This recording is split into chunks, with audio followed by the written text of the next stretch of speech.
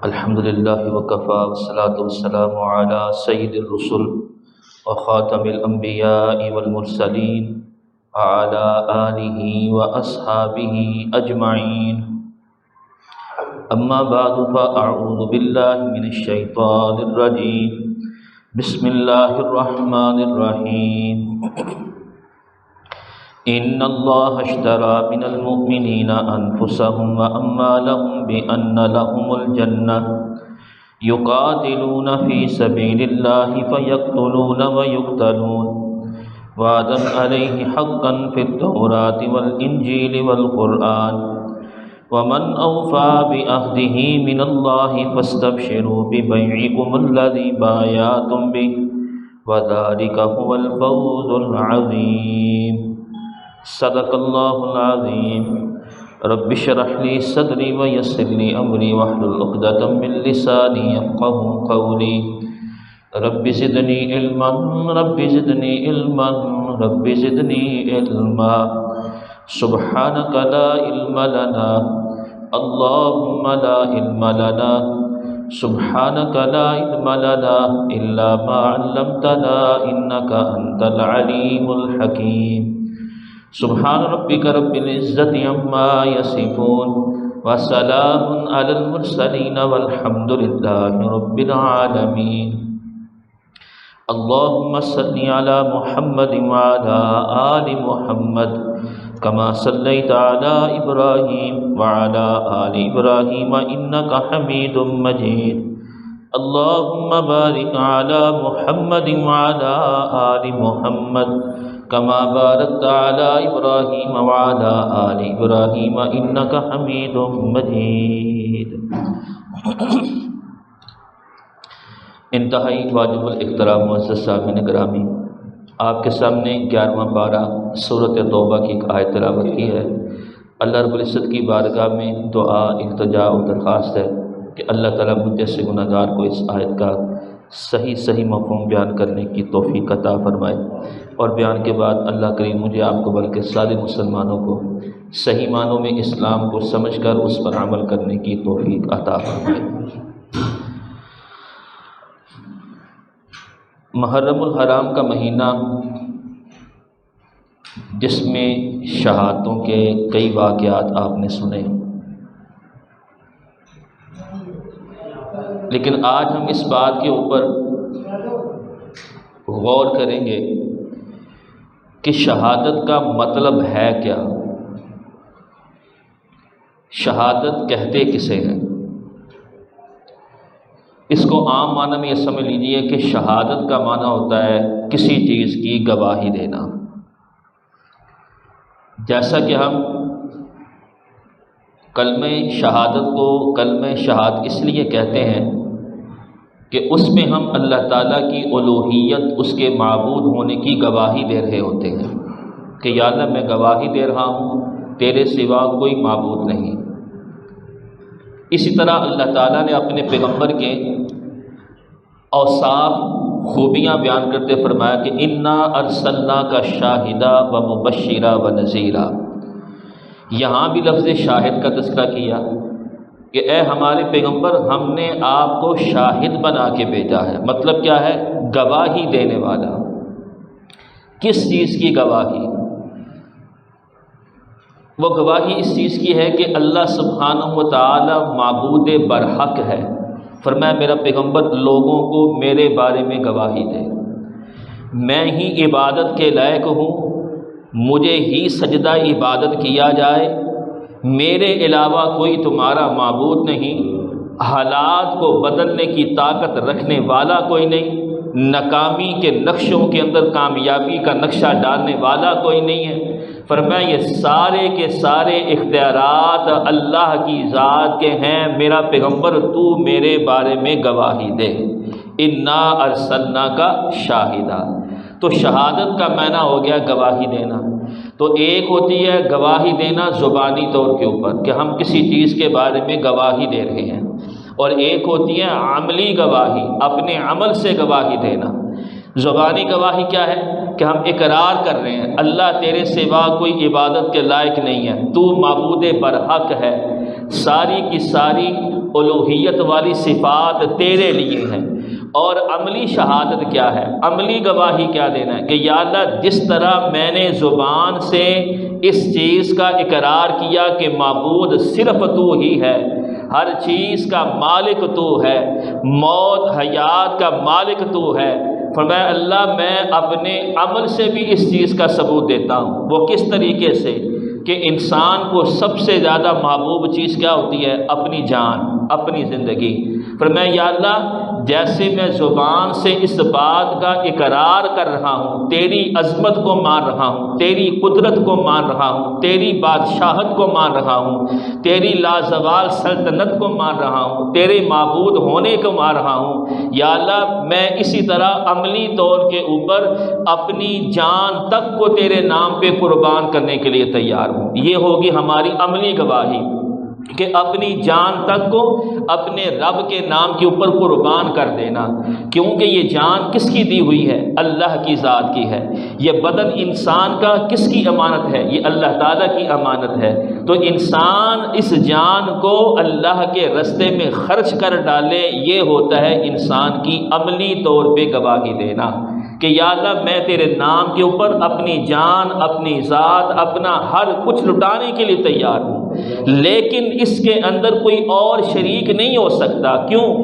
قرآن مجید کا مطالعہ کیجیے۔ قرآن کہتا ہے میرے پیغمبر آپ لوگوں کو بتا دیجئے، یا اللہ کیا بتاؤں؟ ان صلاتی و نسکی و محیای و مماتی، یا اللہ میری نماز تیرے لیے ہے، میرا قیام تیرے لیے، میرا رکوع تیرے لیے، میرا سجدہ تیرے لیے، و نسکی میری ساری قربانیاں، وہ مالی قربانیاں ہوں، وہ بدنی قربانیاں ہوں، وہ جان کی قربانی ہو۔ آگے فرمایا وَمَحْيَايَ، یا اللہ میری زندگی کا ایک ایک لمحہ خوشی کا ہو، غم کا ہو، دکھ کا ہو، سکھ کا ہو، خوشحالی کا ہو، تنگ دستی کا ہو، یا اللہ جو بھی ہو للہ، کس کے لیے؟ یا اللہ تیرے لیے ہے۔ وَمَمَاتِي، حتیٰ کہ یا اللہ میرا مرنا بھی تیرے لیے ہے، للہ رب العالمین۔ اور آگے قرآن کیا کہہ رہا ہے؟ لا شریک لہ، یاد رکھو زبان سے اقرار کر رہے ہو، ان باتوں کے اندر اللہ کے ساتھ کسی اور کو شریک مت ٹھہرانا۔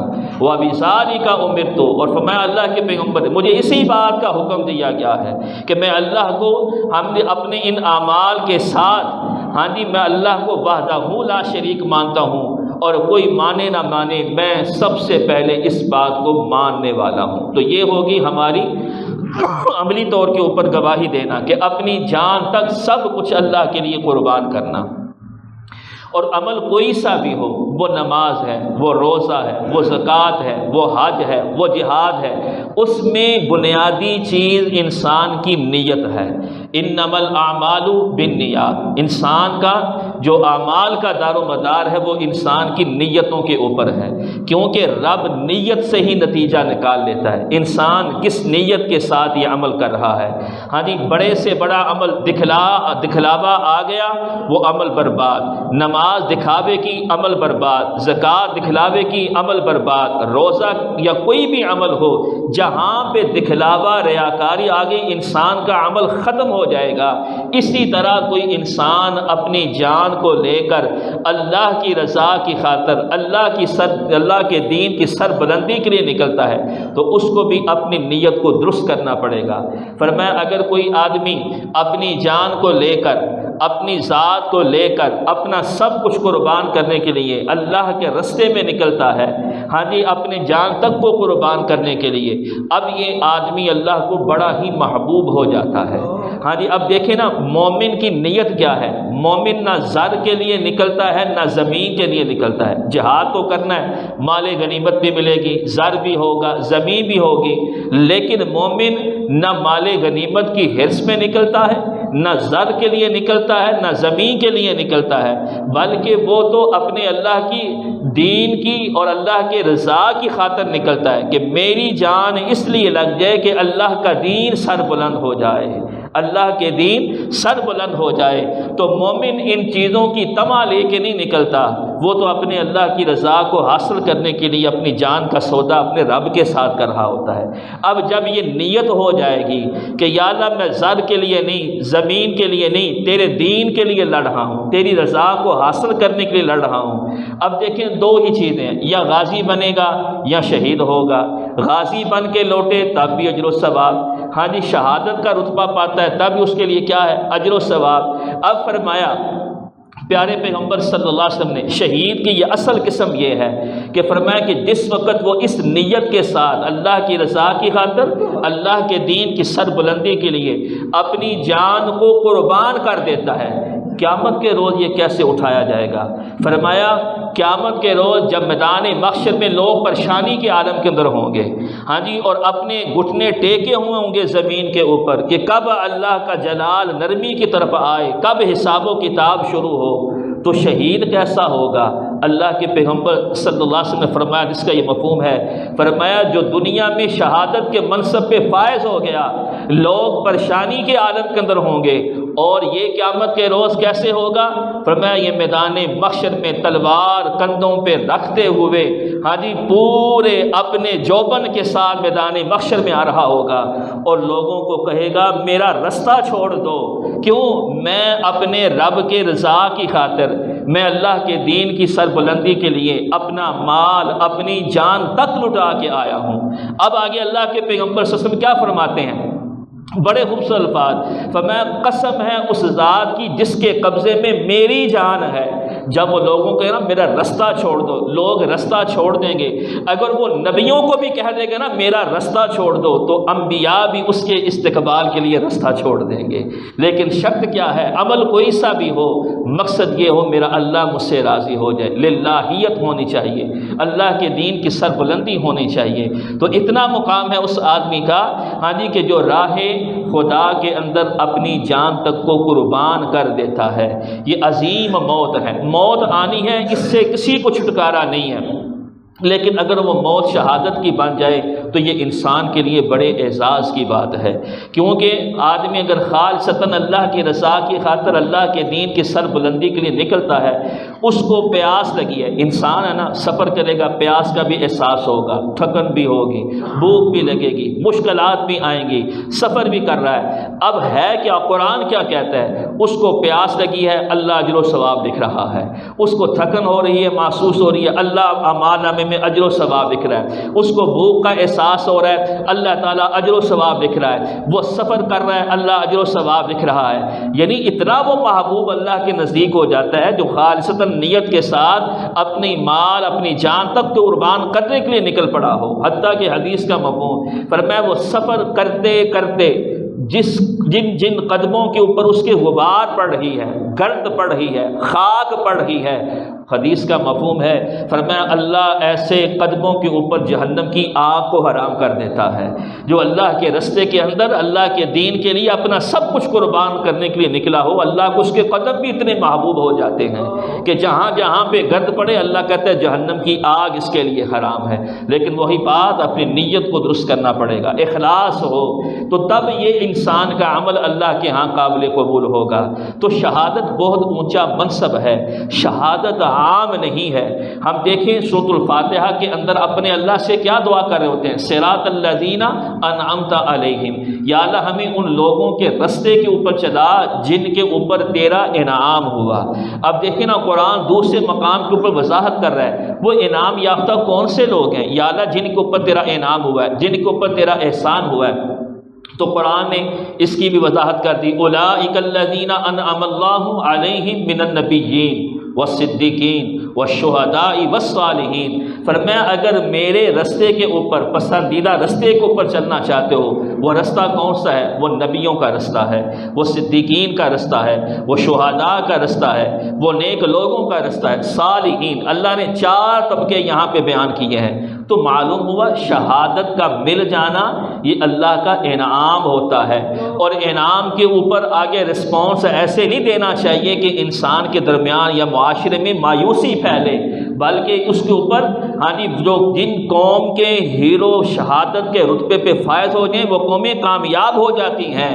ہاں جی، اور وہ اپنے آپ کو مایوس کو نہیں دکھاتی بلکہ بہادر دکھاتی ہیں کہ ہم ان قومی ہیروں کے ماننے والے ہیں جنہوں نے اپنا دین کی سربلندی کی خاطر سب کچھ قربان کر دیا ہے۔ تو بہرحال یہ ایک اللہ تعالیٰ کا انعام ہے، اس کو غلط سمجھنا یا معاذ اللہ جس مہینے میں ہو جائے وہ مہینہ بھی منحوس سمجھنا، یہ سراسر جاہلیت ہے، جہالت کے سوا اور کچھ نہیں ہے، دین کا اس کے ساتھ کوئی تعلق نہیں ہے۔ تو بات چل رہی تھی شہادت اللہ کا انعام ہے، وہ اللہ تعالیٰ کا انعام فرمایا وہ کس طریقے سے۔ اب دیکھیں نا، ان اللہ اشتری من المؤمنین، جو آدمی شہید ہو رہا ہے یہ دیکھو تو صحیح وہ اپنی تجارت کس کے ساتھ کر رہا ہے، وہ کس کی خاطر میدان میں آ رہا ہے، وہ کس کی خاطر سب کچھ قربان کر رہا ہے، وہ کس کی خاطر اپنے مال اور اپنی جان کو لٹا رہا ہے، وہ اللہ تعالیٰ کی رضا کی خاطر۔ ان اللہ اشتری، جب انسان کوئی بھی تجارت کرتا ہے نا اس میں چار چیزیں ہوتی ہیں، کوئی بھی انسان کوئی بھی کسی چیز کی تجارت کرتا ہے تو اس میں چار چیزیں ہوتی ہیں، ایک بیچنے والا ہوتا ہے، دوسرا خریدار ہوتا ہے، تیسری کوئی نہ کوئی وہ جنس یا کوئی چیز ہوتی ہے وہ جس کو بیچنا چاہتا ہے، اور چوتھی چیز کیا ہوتی ہے، اس کی قیمت۔ اللہ نے چاروں چیزوں کا تذکرہ اس قرآن میں کیا ہے، سورۃ توبہ ہے، دوسرا پارہ، آیت نمبر 111۔ اب فرمایا کہ جو آدمی شہید ہو رہا ہے وہ اپنے اللہ تعالیٰ کے ساتھ تجارت کر رہا ہے۔